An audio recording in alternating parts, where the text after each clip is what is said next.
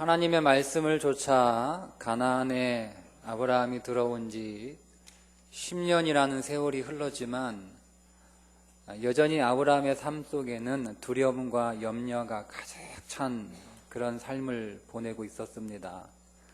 여전히 자신에게는 자식이 없었고, 더군다나 그 가나안 땅에서 얼마 전에 동방의 왕들과 대적하여 전쟁을 치루었는데 승리는 하기는 했지만 이제 그 왕들이 언제 다시 자기를 공격할지 모를 그럴 두려움 속에서 살고 있었고, 그 내 나라 왕으로부터 전쟁을 통해서 얻었던 많은 전리품들을 하나도 받지 않고 그냥 다 소돔 왕에게 넘겨주고 또 멜기세덱에게 11조를 드리고 나니까 자기 수중에 아무것도 없는 거예요.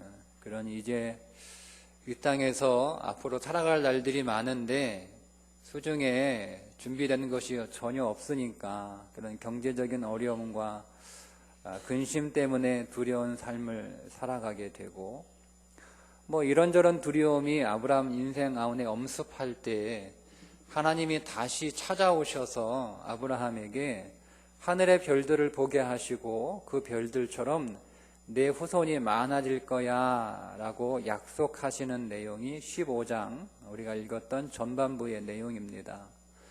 아브라함이 그 하나님의 언약을 듣고 믿었다라고 나오는데, 아브라함이 아브라함이 하나님의 약속을 믿은 그 믿음을 하나님이 의로 받아 주셨어요. 그런데 그렇게 아브라함이 하나님의 약속을 믿었음에도 불구하고 그의 인생 안에 여전히 두려움이 가득 찬 삶을 살고 있었습니다. 그래서 아브라함이 하나님 앞에, 하나님 이제는 그냥 말로만 하지 마시고 하나님의 그 언약을 제가 더 잘 믿을 수 있도록 어떤 증거를 보여주세요 라고 이제 하나님 앞에 증거를 요구해서 하나님이 그 증거를 보여주시는 장면이 오늘 우리가 읽었던 하나님과 아브라함이 쪼갠 고기 사이로 지나가시는 언약을 체결하는 내용입니다. 그것을 보면 여러분, 믿음조차도 우리가 하나님을 믿는다라는 것이 우리의 몫이라고 생각하지만, 여러분, 믿음조차도 우리의 몫이 아니라 그것은 하나님이 주시는 선물인 것을 여러분들이 꼭 기억하셔야 돼요. 하나님이 아브라함을 부르실 때조차도 그는 하나님을 믿을 수 없는 사람이었습니다. 그의 상황도 하나님을 믿을 수 없는 상황이었죠. 우상 숭배하는 도시에서 그 우상을 만드는 사람이었으니 그 도시 가운데 가장 악한 사람이 아브라함 집안이었습니다. 그런 아브라함 집안에 하나님께서 아브라함에게 믿음을 은혜로 선물로 주신 거예요. 때문에 그 은혜가 선물이기 때문에 아브라함이 그렇게 하나님 앞에서 하나님의 언약과 하나님의 약속을 수차례 들었음에도 불구하고 여전히 두려움을 그가 이기지 못했던 거거든요. 그렇게 하나님께서 아브라함에게 이제 언약의 증거를 보여주시는데, 내용이 뭐냐면 3년 된 암소, 3년 된 암염소, 3년 된 수양, 그리고 3년 된 산비둘기와 집비둘기를 가지고 와서 반으로 쪼개나. 그러니까 이게 고대 시대의 언약의 방식이었습니다. 그렇게 쪼개진 동물 사이로 두 사람이 손을 잡고 지나가면 그 계약이 성립이 되고, 만약에 어느 한쪽이든지 그 계약을 어기게 되면 그 동물처럼 쪼개지겠다라는 뜻이에요. 무서운 계약이죠. 그게 고대시대의 계약인데 그것을 통해서 하나님께서 반드시 내가 너에게 한 약속을 이루겠다, 그런 증표로 삼으시는 거죠. 그렇게 아브라함이 하나님께서 말씀하신 제물을 준비해 놓고 쪼개서 쫙 이렇게 놓은 다음에 해가 질 무렵에 연기난 화로가 보이고 타는 횃불이 쪼갠 고기 사이로 지나갔다라고 말씀하고 있어요. 자, 연기와 횃불 생각하면 여러분 뭐가 떠올라요? 뭐가 떠올라야 돼요? 광야에서 구름 기둥, 불기둥으로 이스라엘 백성을 인도하신 하나님의 임재입니다. 그러니까 여기에서도 하나님의 임재를 연기나는 화로, 타는 횃불로 그렇게 상징적으로 표현하는 거예요. 그렇게 하나님의 임재가 그 고기 사이로 지나가고 아브라함은 지나가지 않았습니다. 그것은 하나님이 그 계약을 이행할 권리와 책임, 의무가 하나님께만 있다라는 뜻이에요. 그러니까 내가 너와 맺은 언약은 네가 할 거는 아무것도 없고 내가 다 그 언약을 성취하겠다. 내가 그 약속을 반드시 지키겠다라는 것이 이 하나님이 아브라함과 맺은 언약 사건입니다. 그런데 이 언약을 깨트리죠. 누가 깨트려요? 아브라함이 깨트립니다. 여러분 16장에 보시면 아브라함이 어떤 일을 저지르죠? 그의 여종, 애굽에서 얻은 여종 하갈을 통해서 이스마엘을 낳습니다. 하나님은 분명히 내 몸에서 날 자, 즉 적자가 내 후손이 될 것이다 라고 말씀을 하셨음에도 불구하고 아브라함은 하갈을 통하여 서자를 내놔요. 이게 내 상속자입니다 라고 하는 거죠. 하나님과의 약속을 깨트리는 거예요. 그러면 하나님과 아브라함이 언약을 맺었는데 아브라함이 그 약속을 깨트렸으면 누가 쪼개져야 돼요? 그렇죠? 아브라함이 쪼개져야 된단 말이에요. 그런데 아브라함은 그 쪼갠 고기 사이로 지나가지 않았어요. 그래서 누가 쪼개져야 되냐면 하나님이 쪼개져야 되는 거예요. 하나님이 지나갔으니까. 그 하나님이 쪼개지는 사건이 실제로 어디에서 일어났냐면 십자가 위에서 일어나는 거예요. 그러니까 이 하나님과 지금 아브라함이 쪼갠 고기 사이를 두고 언약을 맺어지는 이 사건 속에는 이미 십자가에서 오늘 우리의 죄로 인하여 심판을 받으시는 예수 그리스도의 그 죽음이 이미 그 안에 담겨 있다라는 거죠. 이것은 단순히 하나님과 아브라함이 계약을 맺는 사건이 아니라 하나님의 백성을 어떻게 살아가셨는지를 보여주는 하나님의 사랑과 은혜가 담겨있는 사건이라는 것을 여러분들이 기억하셔야 됩니다. 그래서 우리가 오늘 이 말씀을 통해서 여기에 담긴 하나님의 사랑이 무엇인지를 보려고 하는데요. 미리 말씀을 드리면 이 쪼개짐의 언약은 할례로 이어지고 이것은 다시 십자가로 이어지고 다시 세례로 이어집니다. 그래서 이 구약의 사건이 어떻게 신약의 사건으로 이어지시는 여러분들이 좀 오늘 이해를 좀 하셔야 되는데, 쪼개다라고 하는 히브리어가 바타르입니다. 바타르. 이 바타르라고 하는 단어는 바라를 어근으로 하는 단어인데, 이 바라를 어근으로 하는 단어가 하나 더 있어요. 그게 베리트라고 하는 단어예요. 이게 언약이라는 뜻입니다. 그러니까 쪼개짐이 언약이라는 거죠. 그런데 이 쪼개다라고 하는 그 또 다른 단어가 있는데, 칼로 자르다, 칼로 쪼개다라고 하는 뜻을 가지고 있는 단어가 히브리어 물이라고 하는 단어예요. 이 물이라고 하는 단어의 의미가 뭐냐면 할례라는 뜻입니다. 그러니까 쪼개지는 것이 언약이면서 동시에 할례라는 것을 성경이 말씀하고 있다는 거. 여러분 16장에서 말씀드린 것처럼 아브라함이 이스마엘을 낳아버렸어요. 그러니까 아브라함이 언약을 깬 거잖아요. 그러면 아브라함이 언약을 깨면 그 언약이 파기돼야 되는데, 왜? 아브라함이 쪼개져야 되니까. 그럼 아브라함이 안 쪼개지면 안 되니까. 근데 아브라함은 안 지나갔단 말이에요. 그래서 하나님께서 아브라함이 언약을 깨트렸다고 해서 그 언약을 포기하시는 분이 아니라 하나님이 그 언약을 그래도 성취하시는 거예요. 그래서 아브라함이 하갈을 통하여 이스마엘을 얻은 뒤에 13년 동안 아브라함에게 나타나지 않으시다가 13년 후에 아브라함에게 다시 나타나셔서 다시 언약을 확인시켜 주시는데, 그게 창세기 17장의 내용입니다. 근데 거기에서 하나님이 아브라함에게 뭘 가르치시냐면 할례를 가르치시는 거예요. 그 할례가 쪼개지는 사건이에요. 창세기 17장 6절, 내가 너로 심히 번성하게 하리니 내가 네게서 민족들이 나게 하며 왕들이 네게서부터 나오리라. 다시 언약을 약속하시죠. 그리고 9절에 보면 하나님이 또 아브라함에게 이르시되 그런즉 너는 내 언약을 지키고 내 후손도 대대로 지켜라. 10절에 너희 중 남자는 다 할례를 받아라. 이것이 나와 너희와 너희 후손 사이에 지킬 내 언약이라는 거예요. 11절에 너희는 포피를 베어라. 이것이 나와 너 사이의 언약의 표징이니라 라고 말씀하세요. 그러니까 하나님께서 다시 아브라함에게 13년에 나타나셔서 야 이제 네가 언약을 깨뜨렸으니까 내가 너와 맺은 언약 계약 다 취소할 게가 아니라 다시 그 언약을 상기시켜, 그 언약은 여전히 유효한 것이다 라고 말씀을 하시는 거예요. 지금까지 아브라함은 계속 그 하나님과의 언약을 방해하는 사람으로 등장합니다. 아브라함이 조카 롯을 데리고 나왔어요. 왜 데리고 나왔냐면 자기가 아이가 없으니까 그 조카 롯을 자기의 상속자로 삼으려고 데리고 나온 거예요. 근데 이 롯을 떠나보내죠. 그 믿음의 행위가 좀 남아요. 떠나보내요. 떠나보내고 난 뒤에 또 이 아브라함이 누구를 자기의 상속자로 내세우냐면 자기가 데리고 있었던 종 엘리에셀을 자기의 상속자로 내세워요. 하나님의 언약을 또 방해하는 거예요.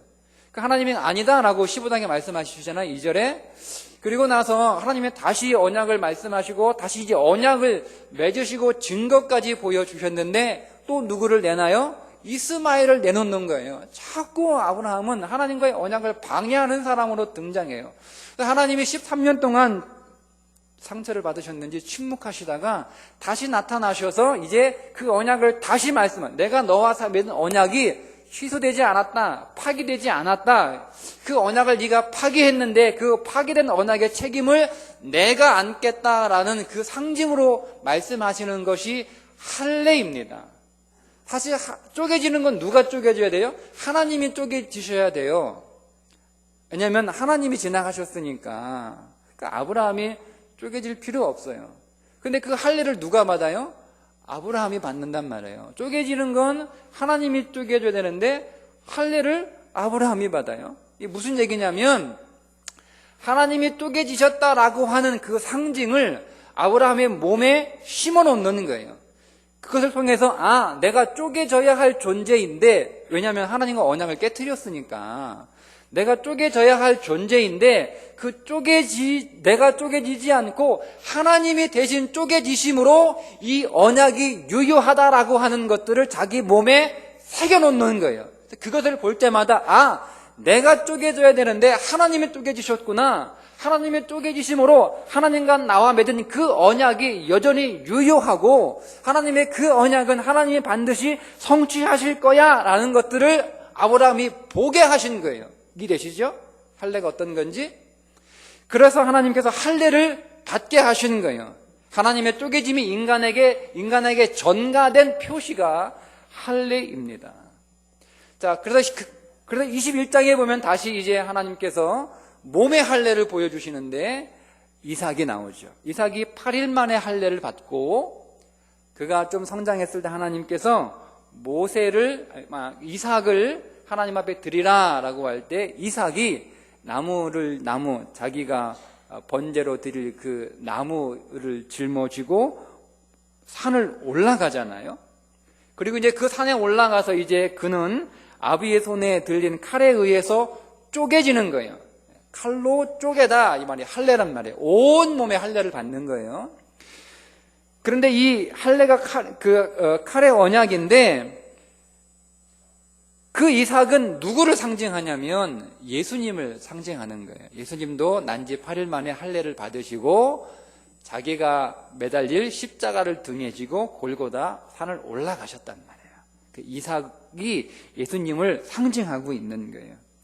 그렇게 해서 예수님이 십자가에서 우리 대신에 온 몸의 할례를 받으시고 죽으시는 방법을 통하여 그 예수님의 그 죽으심을 통하여 하늘의 별처럼 땅의 모래알처럼 많은 하나님의 백성들이 지금 나왔잖아요. 그 언약이 성취가 되었단 말입니다. 그것이 모리아산에서 이삭을 드리는 할례였습니다. 또 한 번의 할례가 더 나오는데 야곱의 야복강 사건입니다. 여러분 야곱은 어떤 인물이죠?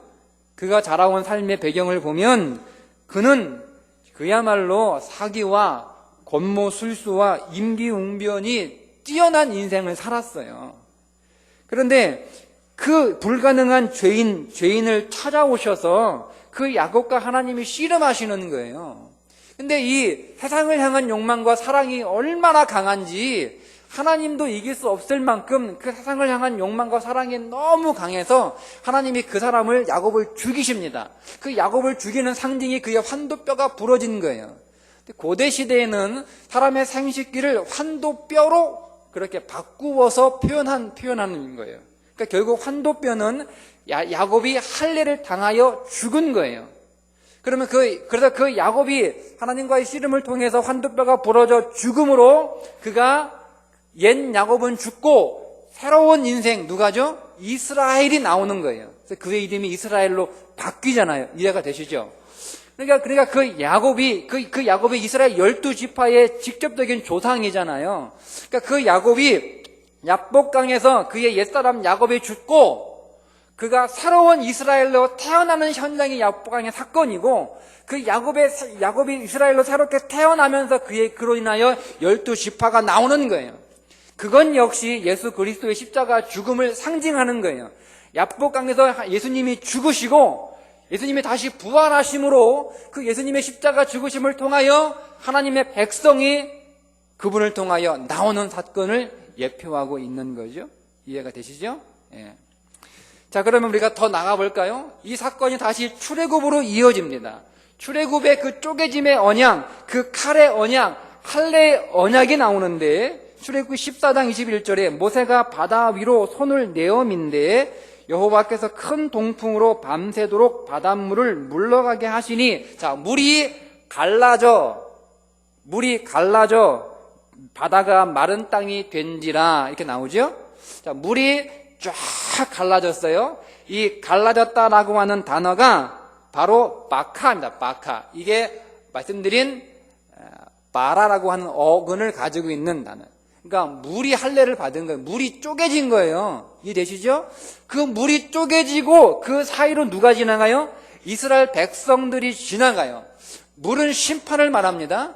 그 심판이 쪼개지면서 그 한가운데로 이스라엘 백성들이 지나가므로 그들이 그 바닷가에서 심판을 받는 거예요. 심판을 받고 그들이 죽고 그들이 건너가서 이제 새하늘과 새 땅, 하나님의 나라의 백성으로 삶을 살아가는 거죠. 그런데 백성들이 안 죽었잖아요. 죽어야 되는데, 그죠? 그 쪼개진 사이로 지나가면 죽어야 된단 말이에요. 그럼 누가 죽었냐라고 하면 고린도전서 10장 1절과 2절에 보면, 형제들아 너희가 알지 못하기를 내가 원치 아니하노니 우리 조상들이 다 구름 아래에 있고 바다 가운데로 지나며, 2절에 보니까 모세에게 속하여 다 구름과 바다에서 세례를 받았다라는 거예요. 자, 지금 백성들이 이 쪼개진 바다를 지나가는데 그들이 지나간 게 아니라 그들이 모세에게 속하여 지나가는 거예요. 모세가 이스라엘 백성들을 품고 그 바다를 지나가는 거예요. 누가 죽었다는 얘기죠? 모세가 죽었다는 얘기예요. 그래서 모세가 속하여라고 얘기하는 거예요. 그러면 그 모세는 누구를 상징하는 인물이겠어요? 예수 그리스도를 상징하는 인물이에요. 예수님이 이스라엘 백성들이 모세로 이스라엘 백성들을 품으시고 저주로 죽어야 할 하나님의 백성들을 품고 예수님이 죽으신 거예요. 그 바닷가에서. 그래서 그들이 살아난 거죠. 그것이 교회입니다. 교회. 그리고 제가 말한 이 모든 그림들이 말씀드린 것처럼 십자가에서 구체적으로 현실적으로 나타나는 거예요. 주님이 십자가에서 그분이 온 몸에 할례를 받으시고 죽으신 거예요. 예수님의 몸이 휘장이 위에서 아래로 찢어진 것처럼 그분의 몸이 쪼개지는 거예요. 우리의 죄에 대한 대가로 쪼개지셨어요. 이제 그 쪼개짐은 우리의 것이 된 거예요. 내가 쪼개지지 않았지만 예수님이 오늘 우리를 품고 쪼개지심으로 인하여 그 쪼개짐은 내 것이 된 거예요. 내가 죽은 거예요. 따라서 우리는 이제 결코 주 안에서 정죄함이 없는 새로운 생명을 가진 자로 태어나게 된 것입니다. 여러분 이것을 믿으십니까? 그 주님의 할례가, 십자가의 할례가 나의 할례가 되는 거예요. 그것이 오늘 우리 몸에 새겨진 거예요. 넌 이제 예수 안에서 죽은 자라고 선포가 되는 것, 그것이 십자가의 사건입니다. 근데 오늘 우리는 할례 안 받았잖아요. 그죠?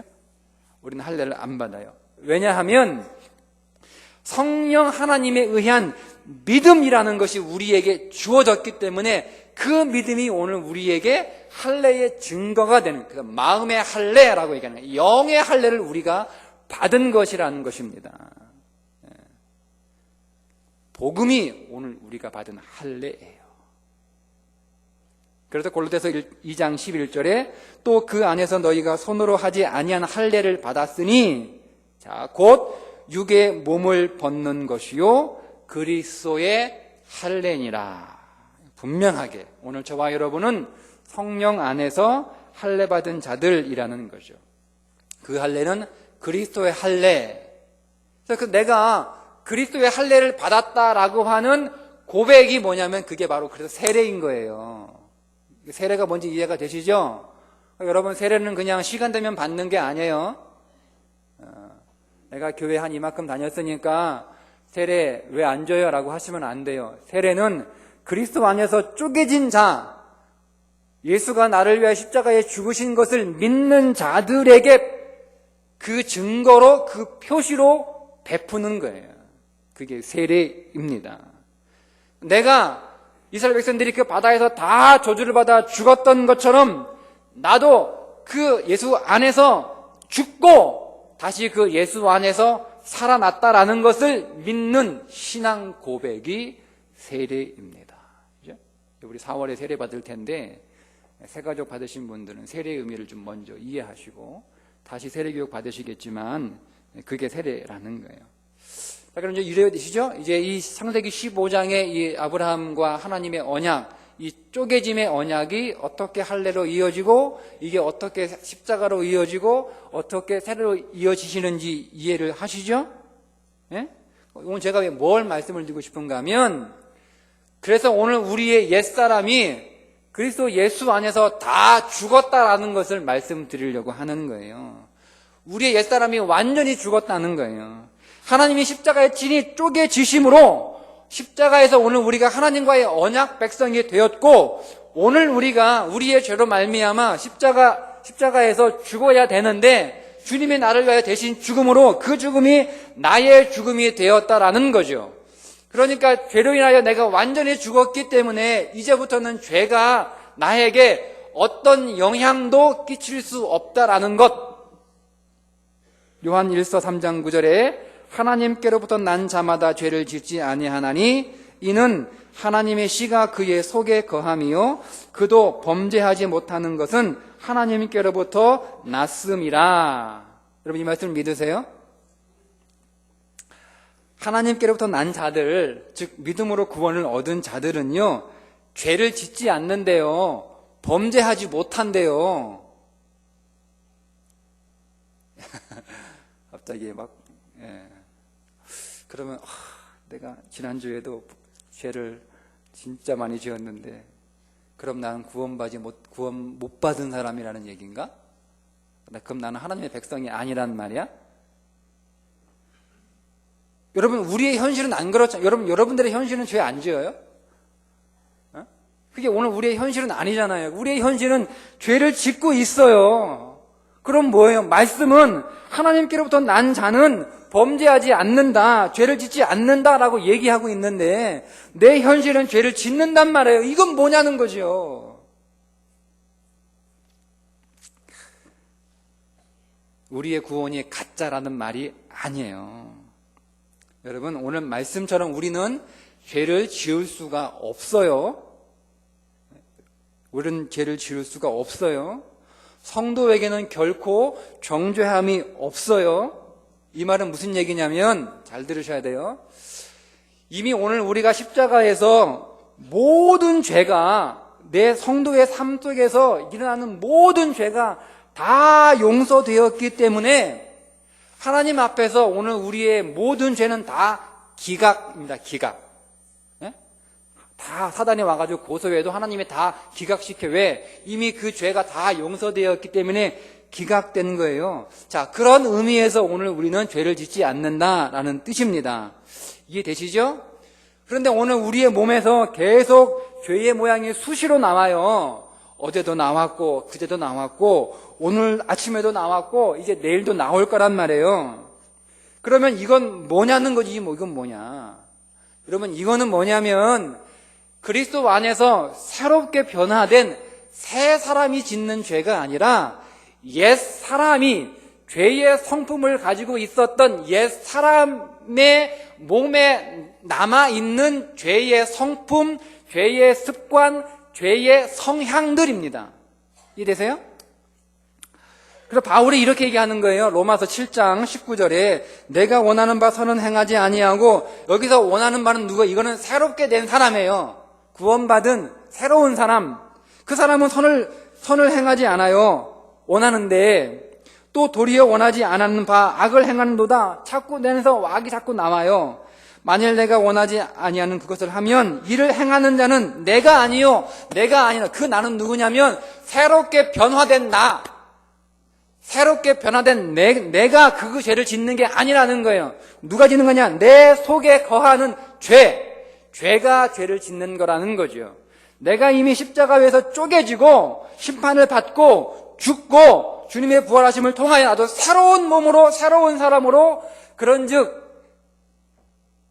이전 것은 지나갔더니 보라 새 것이 되었도다. 그 새 사람이 짓는 죄가 아니라 십자가에서 죽은 그 옛사람이 지었던 그 죄의 성향, 죄의 성품, 죄의 경향이라는 거예요.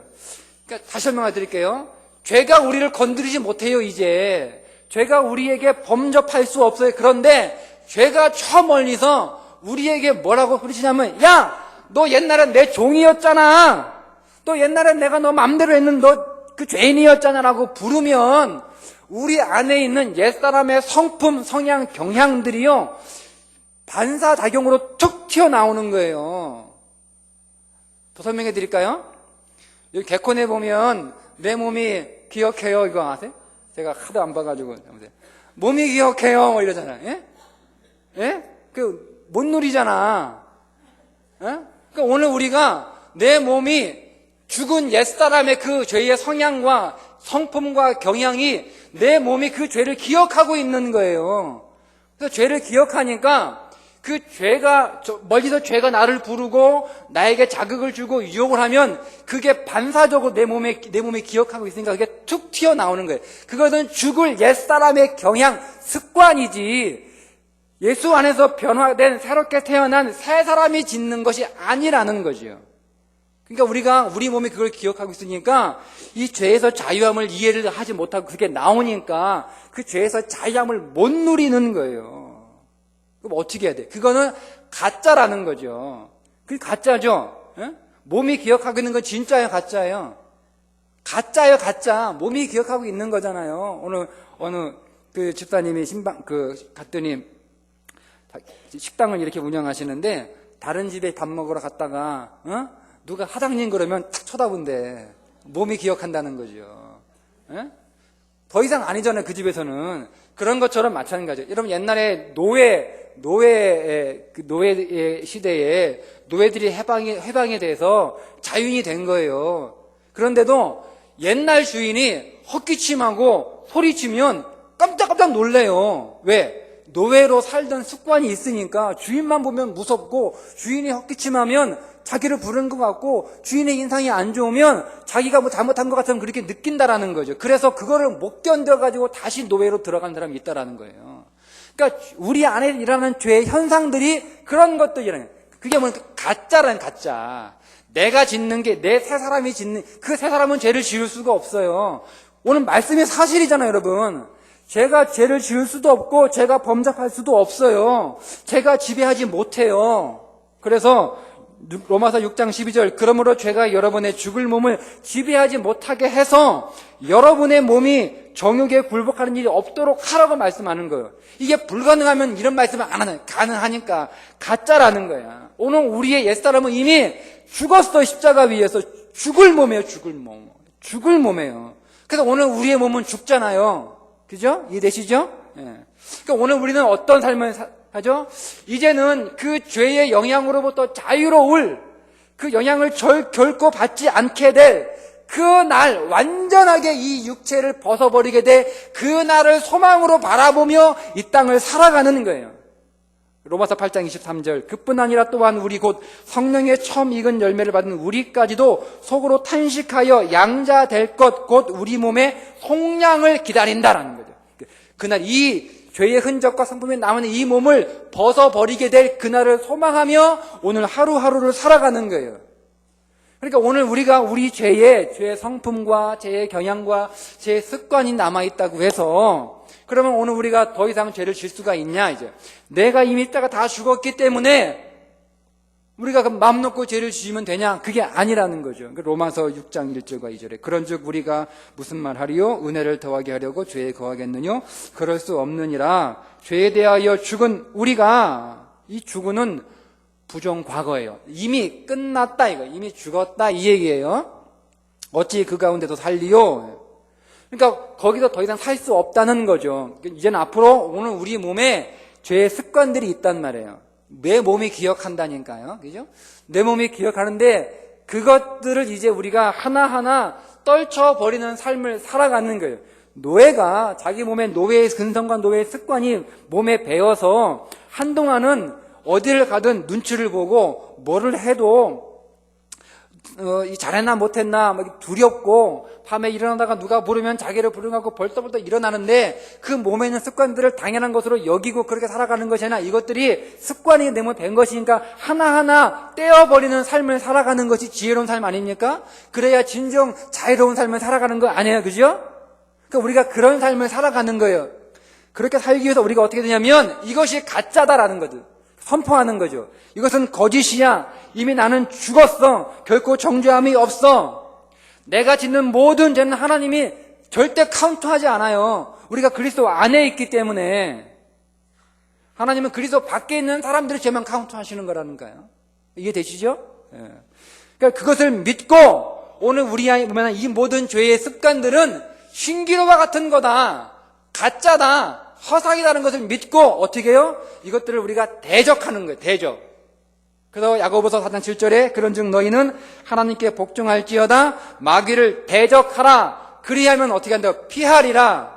근데 우리가 이걸 안 피한다니까요. 우리가 대적하지를 않아요. 어떻게 그렇게 해라고 그냥 우리 거기에 굴복해버리는 거예요. 여러분 이거는 영적인 원리로 죄가 오늘 우리를 지배할 수가 없어요. 우리에게 범접할 수가 없어요. 우리가 대적을 하면 마귀는 떠나게 돼 있어요. 우리 몸에 이런 죄의 흔적들을 우리가 대적하고 선포하면 사라지게 되어 있어요. 근데 우리가 이것을 믿지 못하고 그것을 당연한 것으로 받아들이고 대적하지도 않으니까 마귀가 안 떠나는 거예요. 안 그러겠어요, 여러분? 자유가 됐어요, 계약상으로. 이게 저 사람이 내 노예였는데 이제는 자유가 됐어. 근데 이 주인이 지나가다가 아무개야 부르면 내 주님하고 달려와. 그거 얼마나 좋아요? 옛날에는 먹여주고 재워주고 입혀주고 해서 일을 부려먹었는데 이제는 나하고 주인과 내 관계가 아니니까 먹여줄 필요도 없지 입혀줄 필요도 없지 돈 줄 필요도 없어. 근데 부르면 달려와. 얼마나 좋아요? 그러니까 우리가 그러고 있다니까요. 우리가 부르면 달려가는 거예요. 안 가도 돼요, 여러분. 가지 마세요. 안 가도 뭐라고 안 해요. 안 잡아먹어요. 근데 왜 자꾸 가냐 이거예요. 아시겠죠? 그게 언약이에요. 그 하나님의 그 쪼개짐의 언약 가운데 이것들을 다 포함하게 돼. 내가 다 책임질게. 그러니까 우리가 그리스도 안에 있으면 그 모든 것들 하나님이 다 책임지시는 거예요. 그게 사랑이고 그게 은혜인 것입니다. 오늘 우리가 하나님의 열심을 가지고 그 쪼개지심 앞에서 오늘 우리가 우리의 모든 것들을 다 담당하셨으면 우리가 어떻게 살아야 돼요? 여전히 그 옛사람의 더러운 모습으로 살아야겠어요? 아니죠, 그죠? 우리는 그렇게 살 수 없어요. 계속 이것도 다 가짜인 신기루 같은 죄에게 놀림감이 되고 그 죄 때문에 고민하고 그 죄 때문에 고통하며 여러분 사시겠어요? 그럴 필요 없다는 거예요. 그렇게 안 하셔도 돼요. 여러분들은 이미 십자가 안에서 쪼개져 죽었습니다. 여러분들은 이제 새 사람이 되셨습니다. 오늘 우리는 새로운 사람으로 살아야 할 권리가 있는 거예요. 의무도 있고 책임도 있는 거예요. 유혹이 있을 때마다 이건 가짜야라고 선포하시면서 대적하십시오. 죄의 성품이 나타나요. 그래도 또 이것이 가짜라고 선포하시고 대적하세요. 계속 그것들을 대적하시면 몸에 붙은 여러분들의 죄의 습관과 성향과 그 모든 흔적들이 하나씩 떨어져 나가요. 결국 우리는 하나님이 원하시고 기뻐하시고 기대하시는 그 아름다운 예수 그리스도의 신부로, 정결한 신부로, 거룩한 신부로 만들어져 갈 거예요. 그리고 거기까지 누가? 우리 성령님이 이끌어 가시는 거예요. 모리아산까지 하나님이 이끌어 가신 것처럼 우리도 그렇게 하나님이 만들어 가실 거예요. 내가 하는 거 아니야. 우리가 대적하면 돼. 믿음으로 우리 그런 일이 일어나기를 주님의 이름으로 축복합니다. 기도하겠습니다. 하나님 아버지, 오늘 아브라함과의 언약을 통해서 오늘 우리와 하느님의 백성으로 언약을 맺으시고 또 그 언약을 지키시는 것이 하나님의 쫓겨지심으로 성취된 것을 우리가 말씀을 통하여 봅니다. 이미 오늘 우리가 십자가에서 죽었음을 선포합니다. 하나님 감사합니다. 우리가 이것을 굳게 믿고 내 몸에 나타나는 모든 옛사람의 성향들, 옛사람의 성품들, 옛사람의 흔적들 하나하나 떼어버리게 하여 주시옵소서. 그것들이 가짜인 것을 선포하게 하시고, 그래서 오늘 우리가 하나님의 거룩한 신부로, 정결한 신부로 더욱 잘 빚어지는 믿음의 삶을 살게 해 주시옵소서. 예수님의 이름으로 기도드리옵나이다. 아멘. 찬송